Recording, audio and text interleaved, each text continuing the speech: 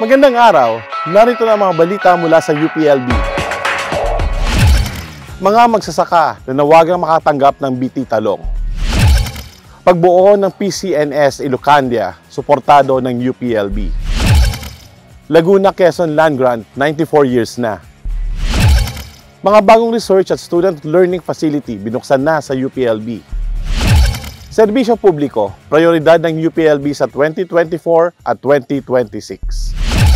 Nakiusap ang mga magsasaka ng Chaong Quezon na mapayagan na sana ang pamamahagi ng binhi ng BT Talong upang maiwasan na ang kanilang pagkalugi at pagkawasak ng kanilang mga pananim mula sa fruit and shoot borer.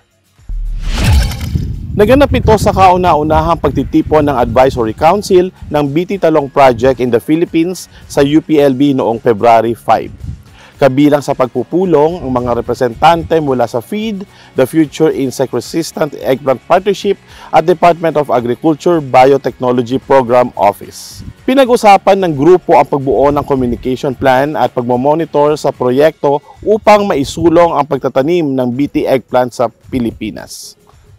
Layunin ng BT Talong Project na masugpo ang kahirapan ng mga magsasaka sa pamamagitan ng pagtatanim at pag-ani ng dekalidad at ligtas na talong.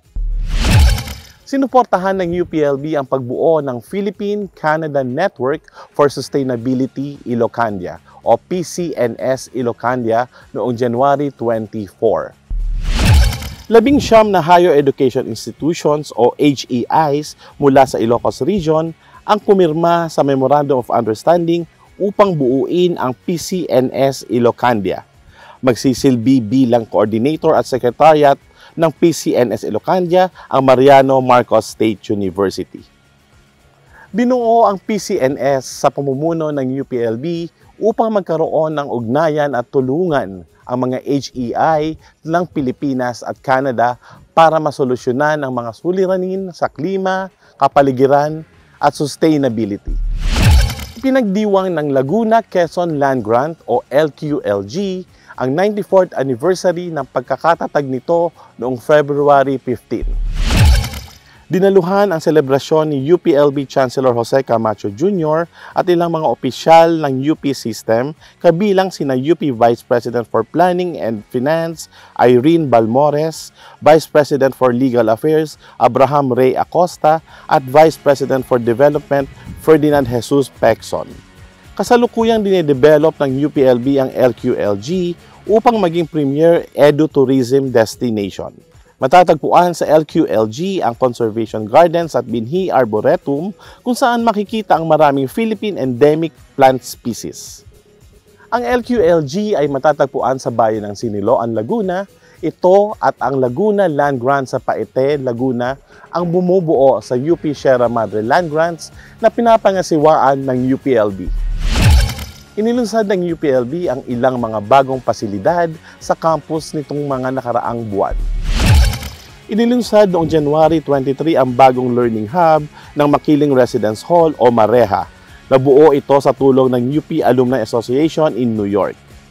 Binuksan din noong January 23 ang bagong necropsy facility ng College of Veterinary Medicine sa Veterinary Teaching Hospital.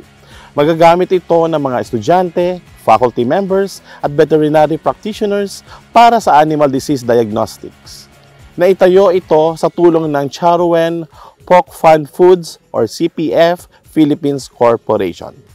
Nitong February 13 naman ay inilunsad ang bagong Large Ruminant Head Box Respiration Chamber Facility sa UPLB Dairy Training and Research Institute o D3. Bahagi ito ng isang collaborative project ng College of Agriculture and Food Science kasama ang UPLB Foundation Incorporated o UPLB-FI, AG Research at New Zealand Agricultural Greenhouse Gas Research Center. Dumalo sa naturang event si New Zealand Ambassador Peter Kell kasama mga opisyal ng UPLB at UPLB-FI. Prioridad ng UPLB ang pagpapalakas ng serbisyo publiko nito sa susunod na 3 taon. Ayon sa Strategic Planning Workshop na sinagawa nito noong January 30 hanggang February 1.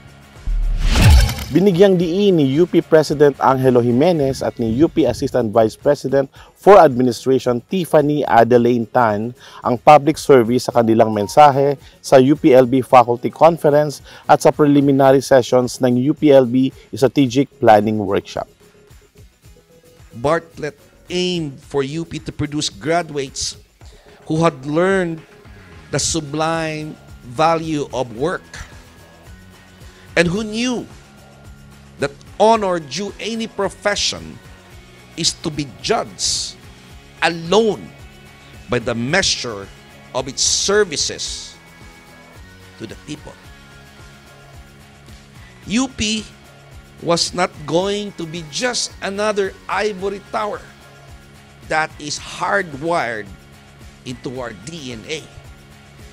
Like UPLB, it was going to be rooted in and nourished by the soil and water of a people's struggle for a better life and future. Bukod sa serbisyo publiko, layunin din ng UPLB na palakasin ang pagtuturo, research at responsableng pamamahala. Kabilang din sa mga napag-usapan sa isang panel discussion ng Strategic Planning Workshop ang campus infrastructure, mental health support sa mga estudyante, faculty at staff, at ang pagpapabuti ng mga proseso at serbisyo ng universidad. At yan po ang mga nakalap naming balita mula sa UPLB. Ako po si JP Aquino, nag-uulat para sa UPLB Balita.